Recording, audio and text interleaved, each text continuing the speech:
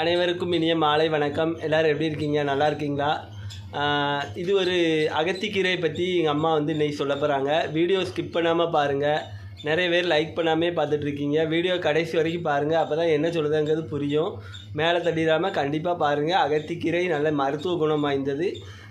இதை வந்து சிம்பிளாக எங்கள் அம்மா சொல்லி முடிச்சிடுவாங்க.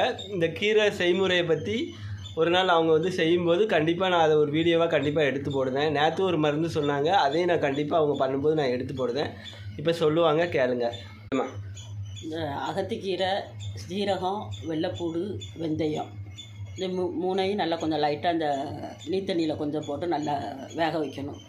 வேக வச்சு அந்த சாறு பூரா இறங்கினதும் காலையில் பல்ல தேய்ச்சிட்டு வெறும் வயிற்றில் இதை சாப்பிட்டோம்னா வாய்ப்புண்ணு வராது, வயிறு வலி வராது, கிருமிக்கு நல்லது. இவ்வளவு சாப்பிடணும். வெயில் நேரங்களில் அப்படி சாப்பிடணும் சொல்லி இந்த வீடியோ தொடர்ந்து பாருங்கள்.